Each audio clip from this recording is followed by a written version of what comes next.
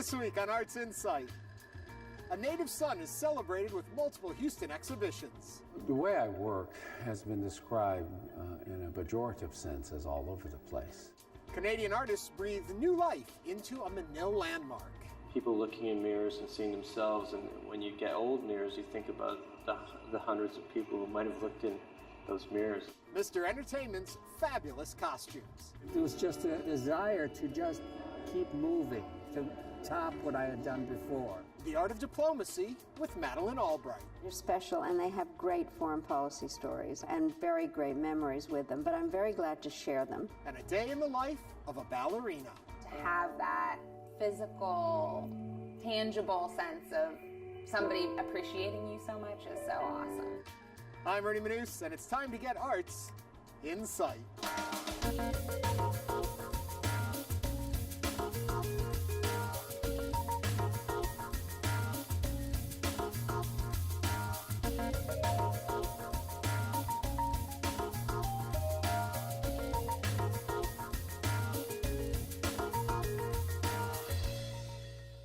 Welcome to Arts InSight. I'm Ernie Manous. We're outside the Wortham Center, where artist Mel Chin's monumental towers called the Seven Wonders celebrate the history of Houston. The artist and native Houstonian is being recognized this spring with several exhibits around town, collectively called Rematch.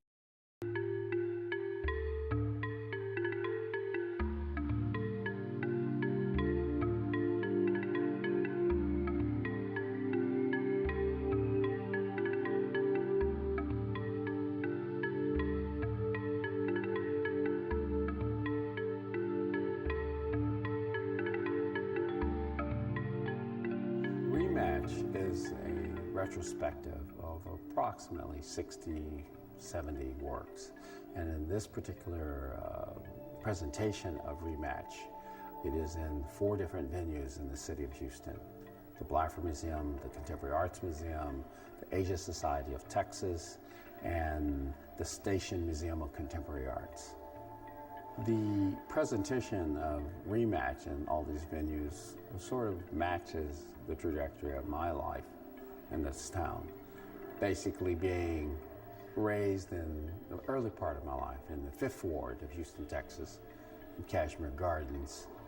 It became a city where it really exemplified the concept of no zoning. And this kind of maybe had more of an impact on my thought processes, that everything was available anywhere, in any place. How it formed is that there is not a stylistic kind of arcing medium or formal direction that can be easily identified. So therefore you have a no zoning within a lifetime, so far, because I'm not done yet. The way I work has been described in a pejorative sense as all over the place, but it's not all over the place, because it is deeply considered in terms of coming out and originating from a conceptual focus that sometimes inspires and sometimes conditions that the ideas come from are compelled into being by intense kind of awareness of whether a political or social dilemma, and they can also come from dreams that are worthy of being realized as works of art. There's a territory of aesthetics that you can look at all my objects in all the venues and make your pronouncements of thumbs up or thumbs down in terms of its quality of construction, its formal constraints, its conceptual background. You could do all that. And it fits within a category of art criticism and appreciation that we all can live by and die by. That's fine. But now when I look at the world and seeing what my creative capacities can offer, I think about now the aesthetics of our existence. Maybe I'm seeing now how I can be part of things to maybe lay the foundation or catalyze the foundations of how less brutal we are to each other or to myself, you know, in terms of how we're pushed, because you include yourself in the social reality. and how can a pursuit of things so elusive like justice and social justice, that where an artist can be a small part of that, allows me to become more. For more on all the participating venues for the Mel Chin survey, visit rematchhouston.com. Now, when the Menil Collection returned the Byzantine frescoes that it had restored to the Orthodox Church of Cyprus, from whom they were on long-term loan, it had a dilemma. What to do with the purpose-built chapel that had housed the frescoes? Well, we now know the answer. The Menil will commission artists to create year-long installations in the space. The first artists to be invited are a married couple from British Columbia, Canada. Their work, entitled The Infinity Machine, opened in February.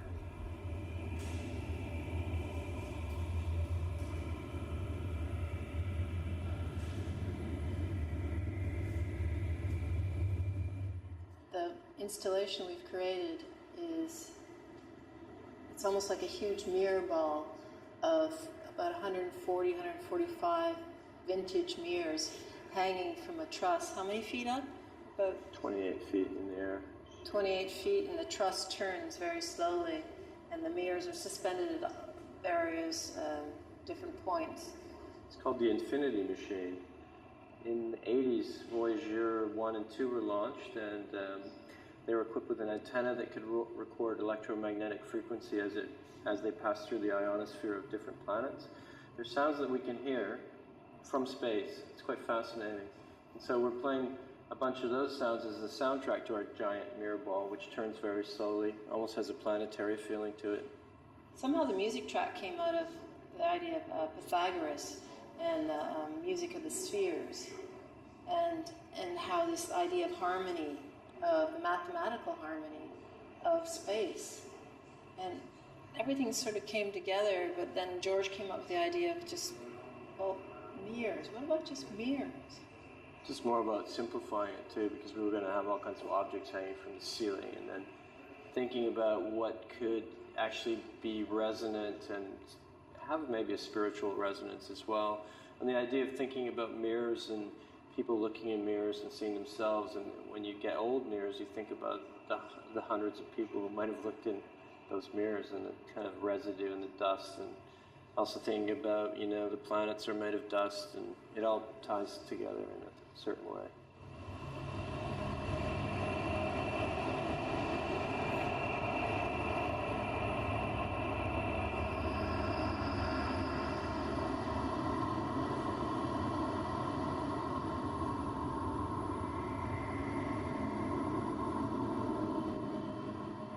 The frescoes have been taken out and returned to Cyprus. The story doesn't go away, and it lingers. In fact, the absence of the frescoes makes you think about it, wonder, ask the question, where are they? And so I think the idea in having an ongoing life to the building was to find other artists who would do a work or bring a work that had a kind of emotional and spiritual resonance with the project that was here. And I think that the Cardiff Miller installation is particularly effective as an installation and as a work that would follow the frescoes. These kind of spiritual spaces and spiritual works that are very provocative in asking you, the viewer, questions about your kind of place in the universe. And people will come and see this and in a way that they'll say, well, what is going on here? So, and they'll have to stop and think about it, and that's good. To find out more about the Infinity Machine, visit menil.org. Up next, from Vegas, an up-close look at a pop-up exhibit of Liberace's famed costumes.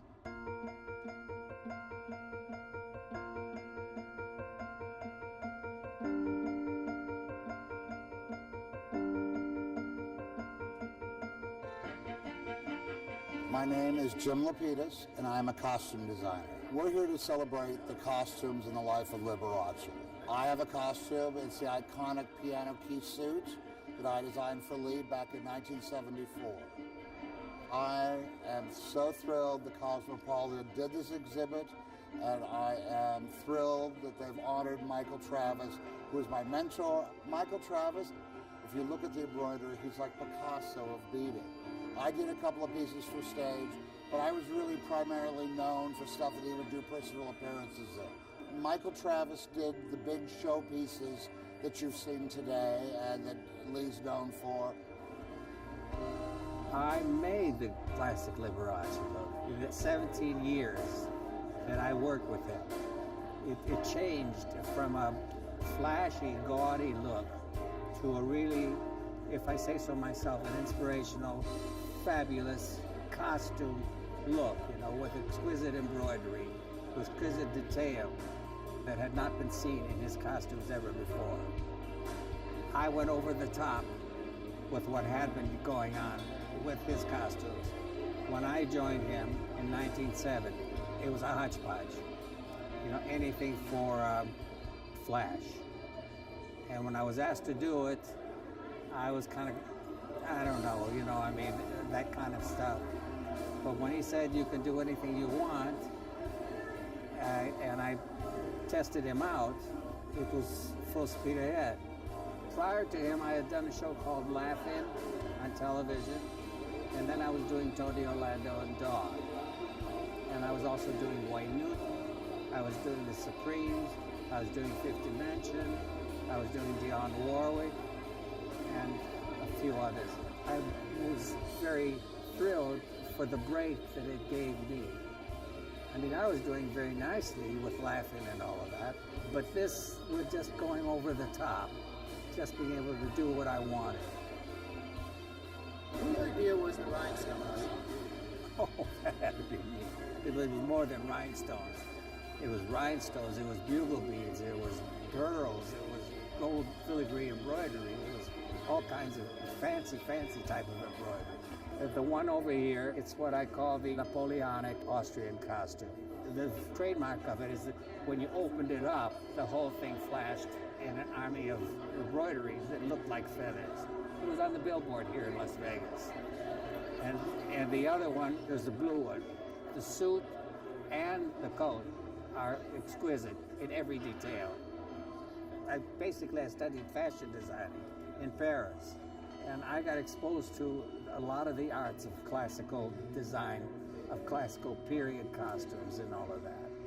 And a lot of that was funneled into what I was doing with Lee. All in all, it was just a desire to just keep moving, to top what I had done before. And the fact that I knew that I had carte blanche, that nobody was going to tell me, no, this is too much or it's going to cost too much, was a reason to go one inch further. And finally, we came up with that $350,000 white fox cape with an embroidered costume because he wanted it to look like Marlene Dietrich. Nothing specifically guided me, you know, and all I knew is that I liked elegance. As he said, his famous quote, "Too much is just wonderful, if you do it right." If you do it right. And these are examples of doing it right.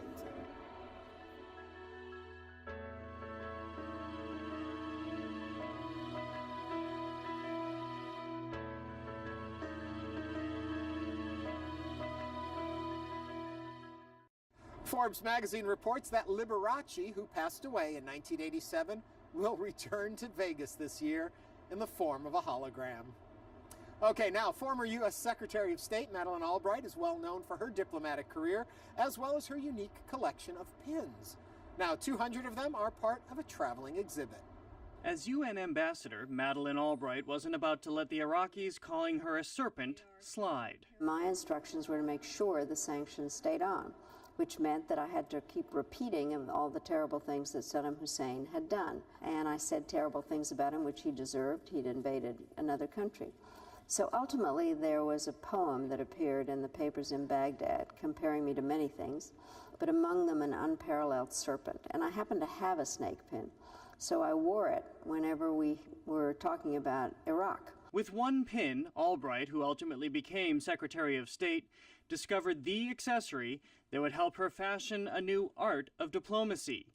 She wore flowers, butterflies, and balloons on the good days, she says, and bugs for the bad days. Did you find it was changing dynamics at all? I think part of it, and I think people don't understand how much of diplomacy is really personal, and it's kind of an opening in some ways, and in some ways it's a closing if you have some message that you're delivering. More than 200 of Albright's now historic pins are on view at the Davis Museum at her alma mater, Wellesley College. The show is titled Read My Pins, the same counsel she offered press and colleagues trying to interpret her diplomatic stances. When Cuban fighter pilots shot down 2 unarmed civilian aircraft, she wore a bluebird, sadly sailing downward. She wore a stinging bee when meeting Yasser Arafat, and her hear no evil, speak no evil, see no evil monkeys with Vladimir Putin. One of the times it really did work was when I wore it in North Korea and had my picture taken with the then dear leader, Kim Jong-il, and I'm standing there next to him with this huge American flag. I think it was its own message. Among her most prized pins, a shattered glass ceiling, and this flower belonging to a woman who perished during Hurricane Katrina. It was given to Albright by the woman's son. Her favorite is the ceramic heart Albright's daughter made for her when she was 5. And she's especially fond of the eagle she purchased as an indulgence for her swearing in as Secretary of State. It's one of few pieces that is not costume jewelry. It's an antique pin, and I hadn't noticed about how difficult the clasp on it was. So I'm there with one hand on the Bible and one hand swearing allegiance to the Constitution of the United States, and I see this pin just kind of flapping around. And I know I swore allegiance, but I was also worried that it would fall on the Bible and screw up the whole ceremony. Albright says she struggled with the attention her pins attracted, and even in assembling the exhibition and its accompanying book. As the first female Secretary of State, she says, she was self-conscious about discussing her jewelry. I do think there always are questions. People don't ask men what they're wearing, but there really was this issue about, how long the skirt. In Condoleezza Rice's case once, she had on boots, and people kind of wondered what that meant. So there always are questions. But in the years her pins have now been traveling the country, Albright has been struck by how they've become gems for teaching diplomacy. She continues to collect. The ones she wore for our interview were for Wellesley and the Global Affairs Institute founded in her name. And yes, she does miss them. They're special, and they have great foreign policy stories and very great memories with them, but I'm very glad to share them. And I, of course, have started a new collection, and people have given me pins, and I call them my pity pins, because people feel sorry. They shouldn't, because Albright leaves us with a most decorated history. To see the traveling exhibit schedule, visit collections.madmuseum.org. Finally, tonight we meet a ballet dancer, Samantha Lewis. Lewis has been with the Ballet Met in Columbus, Ohio for 6 years. And in this piece, she gives us a glimpse of life as a ballerina, both on stage and off.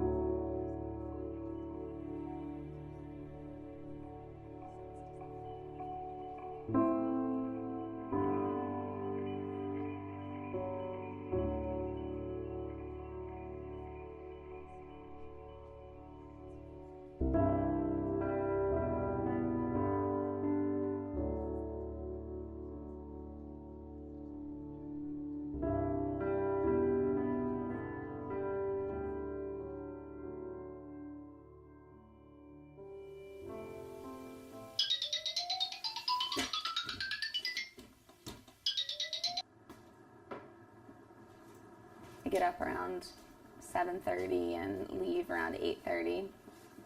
Just in the morning, normal getting ready things, hair, makeup, normal girl things. Class starts at 9:15, and I spend about 30 to 45 minutes doing kind of a pre-class routine that I do. We have our ballet master, ballet mistress, our artistic director, and then a couple teachers from the academy that teach us. And there's a pretty standard order of exercises we do. always a way that you can be more expressive with your feet in the way that you're using your feet against the floor. You can always be more pulled up through your torso. You can always be softer with your port de bras or sharper with the dynamic of your legs.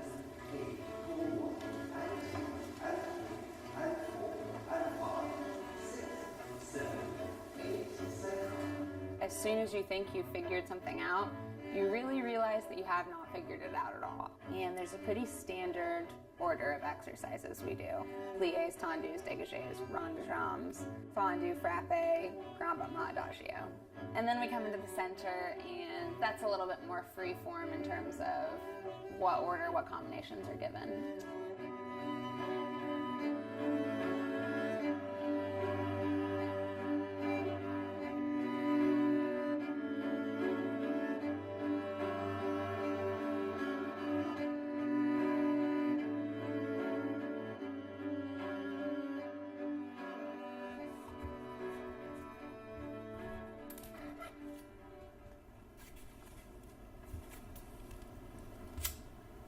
Every dancer likes their shoes a little bit different.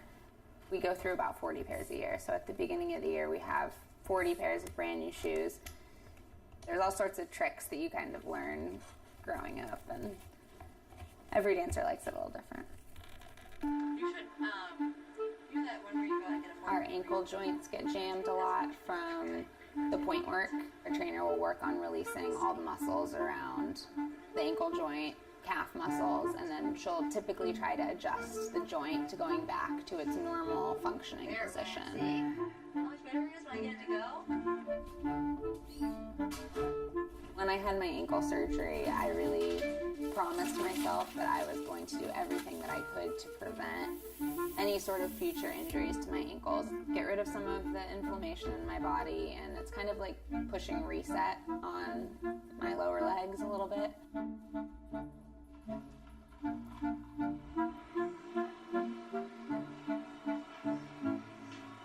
When you put on a costume that you absolutely love, it is really the finishing touch on a performance that you've already worked so hard on. We're already critical and judgmental of ourselves, so the last thing you want to add on to that is being overly critical of yourself because of what you're wearing. Cooking for me is a big way to release stress, just because you have to focus on what you're doing, and the timing of it is so crucial that you can't think about anything else.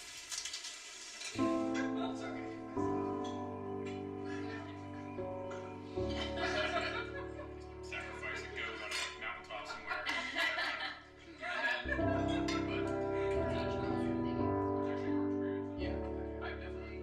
Ballet has afforded me so many opportunities.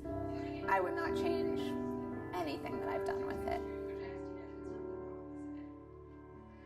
I feel so privileged to do what I do, and so lucky that I'm surrounded every day by people that are so passionate about what they do.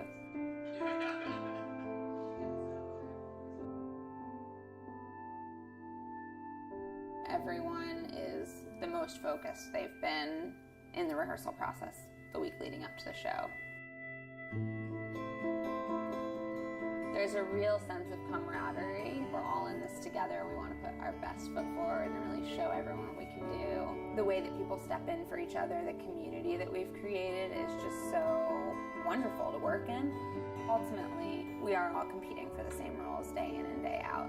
Anybody going out for a part against you is only going to push you to be that much better. I've done all of the steps a million times. I'm completely ready to do it.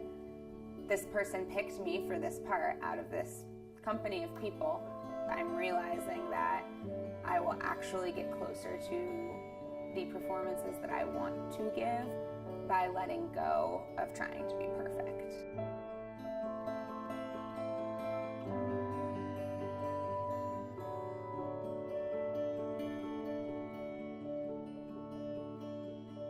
Every time I step on stage, I remind myself of how lucky I am to be able to do what I do.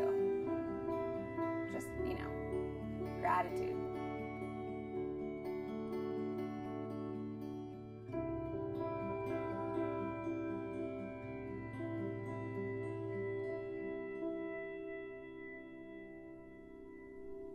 It definitely feels like everything that you've worked so hard on has been appreciated. To have that physical, tangible sense of somebody appreciating you so much is so awesome. Yeah, standing ovation never gets old, that's for sure.